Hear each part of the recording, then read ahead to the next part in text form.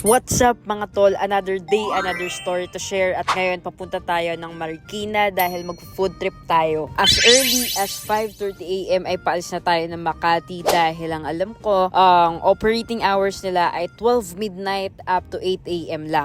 Ang store nila ay Cali Classics Puyat Edition. Puyat nga naman yung mga kumakain doon dahil 12 midnight hanggang 8 AM nga lang pwede. Tapos gigising kayo ng maaga kagaya namin. Sarap talaga mag-travel mga tol kapag Sunday morning kasi walang traffic, ang lamig ng simoy ng hangin, sobrang chill lang ng vibe. You will enjoy driving at saka yung ride talaga eh.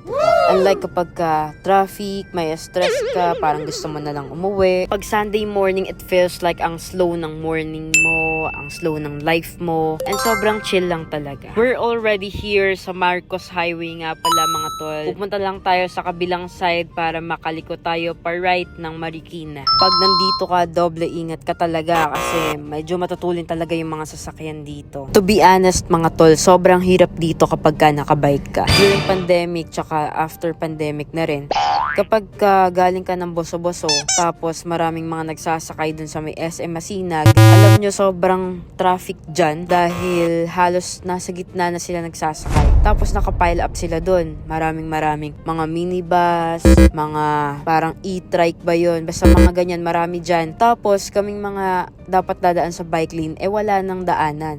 So, kailangan pumunta rin kami sa may pinaka-middle lane para makadaan kami. Which, nagagalit naman yung mga ibang mga drivers kasi bakit daw nasa gitna kami pero wala namang daanan sa right. So, yun lang, na-share ko lang na kapag dadaan kayo dito, makakita kayo ng cyclist na nasa gitna. The reason why nandun kami is wala kaming madaanan sa may right side. Yun lang. At nandito na nga pala tayo mga tol. Meron naman silang parking na motor, pati ng 4 wheels. Alam ko, most of us, tinitignan muna yung parking bago pumunta sa may isang establishment, diba?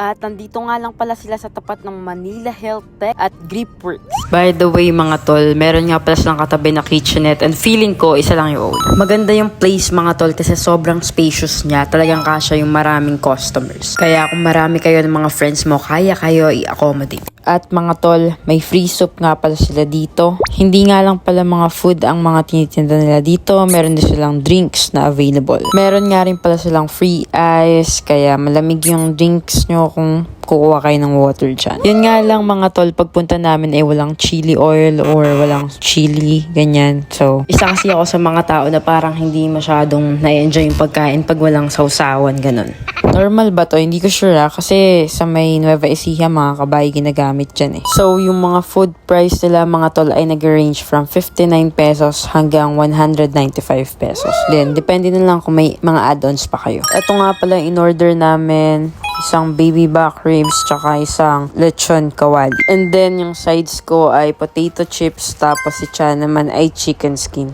Tapos, kumain nga lang kami ng mabilis, tapos dumiretso na rin kami sa may Antipolo. Tapos, meron na pala ditong bypass road, pero ang gulo kasi ng mga directions, kaya nag-Google Map na lang ako.